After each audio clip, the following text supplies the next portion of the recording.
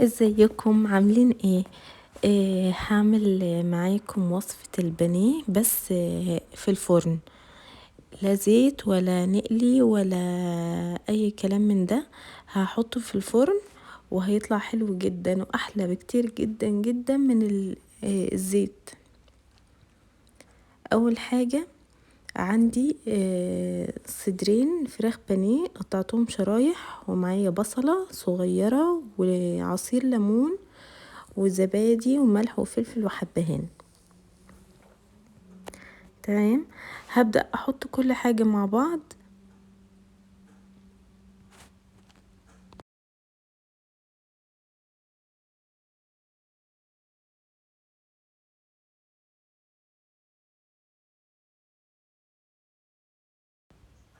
وهحط معلقتين بس زبادي، وهضربهم بالهاند بلندر عشان يبقوا ناعمين جدا، وهتبلهم بالفراخ. بس قبل ما اتبلهم بيبقى في شرايح تخينة شوية، هحطها في النص بين الكيس وهدقها عشان تبقى رفيعة.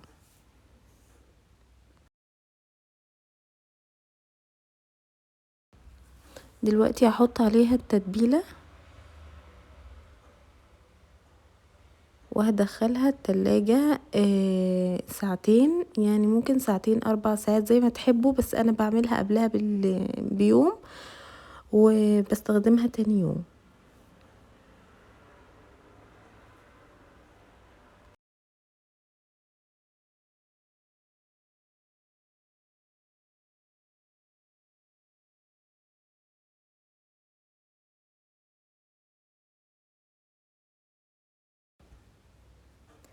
بعد ما طلعت من التلاجة هبدأ اجيب طبق فيه بقسماط، والطبق التاني هحط فيه بيضة وشوية لبن وملح وفلفل.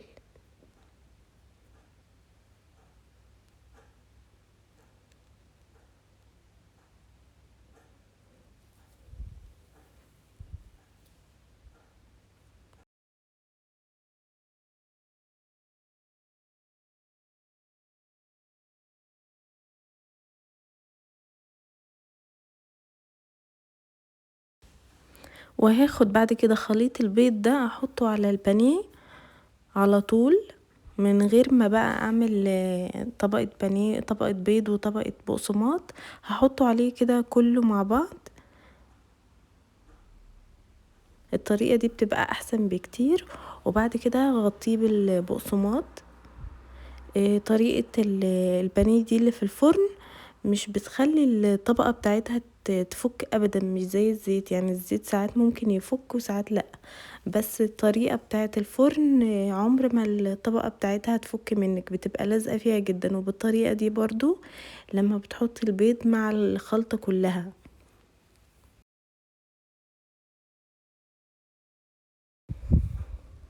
بعد كده هرصهم في صينية الفرن عليها ورق زبدة، هرصهم وهدهنهم زيت من فوق او زبدة او اي مادة دهنية عندك، يعني يدوب تقريبا 3 معالق او معلقتين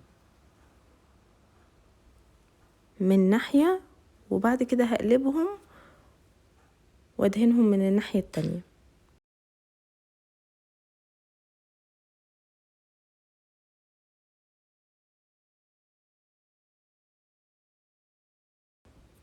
بعد كده هحطهم تحت الشواية على اعلى درجة، شواية الفرن.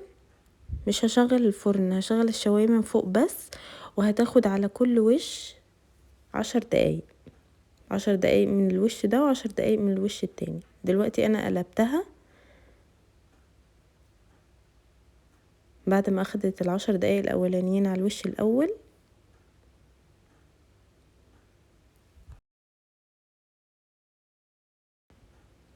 وبس كده، جربوها بالطريقة دي وهتدعولي، حلوة جدا ومش بتستهلك زيت كتير وطعمها جميل جدا جدا.